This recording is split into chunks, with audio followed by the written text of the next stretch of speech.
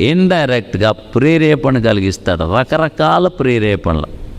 ఇదేమో దేవునికి ఇవ్వాల్సింది దొంగిలించే ప్రేరేపణ, ఇక్కడేమో దేవుని ప్రజలకు వ్యతిరేకమైన ప్రేరేపణ, కొందరిని వ్యభిచార ప్రేరేపణ, కొందరిని మోసం చేసే ప్రేరేపణ, కొందరిని దొంగిలించే ప్రేరేపణ, కొందరిని దైవజనులకు వ్యతిరేకంగా తిరుగుబాటు చేసేవారి కింద ప్రేరేపిస్తూ ఉంటాడు. ఇవన్నీ సాతానిక తంత్రాలే. వాడి ఎయిమ్ ఒకటే, దేవుడి నుంచి ఎలాగైనా సరే దూరం చేసేయాలి.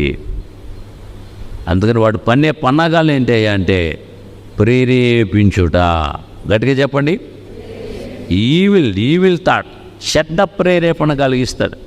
మంచి ప్రేరేపణలు, దైవికమైన ప్రేరేపణలు దేవుని ఆత్మ కలిగిస్తే ఈ దుష్టాత్మ చెడ్డ ఆలోచనలు, చెడ్డ తలంపులు, చెడ్డ ప్రేరేపణలు కలిగిస్తూ ఉంటాడు. అందుకని